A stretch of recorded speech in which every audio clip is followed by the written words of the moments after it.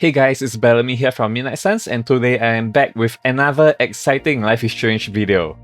So today I want to share some pretty exciting updates we have on Life is Strange Double Exposure. As you guys might know, Deck 9 has been busy promoting Double Exposure at Gamescom this past few days. And I want to talk about this very interesting interview that the game director Jonathan Stauder just did with Games Radar. And I actually think that this interview confirms a very popular fan theory that has been circulating for the past few months. So let me first read this section at the start of the article. In Max's mission to solve a murder mystery, she instead discovers a new shift power that lets her briefly peek into an alternate timeline. A neat way to honor both of the original game's heartbreaking endings at the same time, while tying into Max's love of photography, though it makes things much tougher for the indecisive among us. So did you catch that? Let me read that again if you missed it. Max discovers a new shift power that lets her briefly peek into an alternate timeline. A neat way to honor both of the original game's heartbreaking endings at the same time. And guys, I think this is it. Unless this article is inaccurate or I'm just reading too much into this, but I think this is official confirmation that both the Bay and Bae endings from the original Life is Strange are going to be the two separate timelines in this game. And just to make sure I'm not crazy, let me read this again one more time. Max discovers a new shift power that lets her briefly peek into an alternate timeline, a neat way to honor both of the original game's heartbreaking endings at the same time. That means that both endings from the original game are going to be coming into play in the story of Double Exposure at the exact same time, and you'll be using Max's shift power to travel between both timelines. Like, I'm not crazy, right? This sounds like straight out confirmation that the two timelines where Safi is dead in one and alive in the other, there will be continuations of the two separate Bay and Bae ending timelines from the original Life is Strange. That means that Chloe will be dead in one timeline and alive in the other one. And I know many fans have been speculating that this is how it will be handled, but now we have official confirmation, it seems, that this is how it's going to be. And just to continue reading this article for a bit.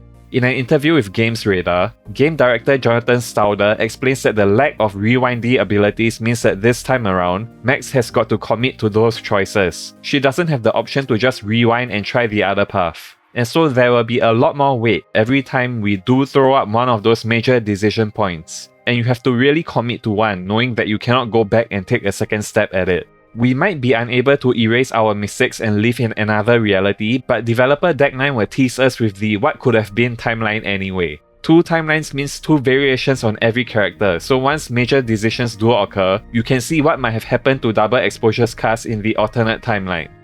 Wow, okay, so we now know that this alternate timeline that Max travels to where Safi's alive is basically a timeline where Max has made every opposite decision that she does in the main timeline. And it sounds like this extends to both past and future decisions that Max has made and will make in Double Exposure. That means that if you chose to save Chloe in the main timeline, then Chloe would be dead in the alternate timeline. And that also probably means that a character like Kate Marsh could be dead in one timeline and alive in another because Max successfully saved her in one timeline and not the other. Frank could also be dead in one timeline and alive in the other. Like every single different outcome from every choice you had to make in the original Life is Strange, we could see all of that play out in the two separate timelines in Double Exposure. And maybe they'll address all of this through fun cameos or Easter eggs or something. And the good news is that means Chloe can appear in the game no matter what. Because if she's dead in one timeline, then she can appear in the other timeline, no matter which ending you chose in the original Life is Strange. So for the fans who want to see Chloe return in this game, this is fantastic news. In one timeline, we can have the green-haired Chloe who traveled the world with Max in Life is Strange 2. And in the other timeline, Chloe was shot and killed by Nathan and never made it out of Arcadia Bay at all. And I think this is a pretty good way to make both endings of the original Life is Strange both be canon at the exact same time. And I'm quite happy that Deck 9 decided to go down this route, because it means that we can see Chloe in Double Exposure no matter which ending we chose in the original game. And perhaps the two endings from the original Life is Strange will play a significant part in how the story for Double Exposure plays out. And now that we have this new piece of information, I have a feeling that Safi's murder is probably going to be linked all the way back to the Arcadia Bay tornado and the events of the first game.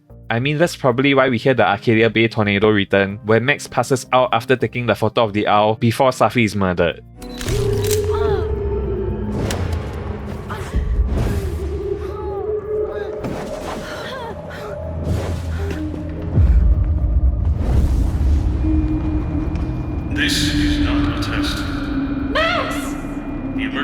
broadcast system is now in effect.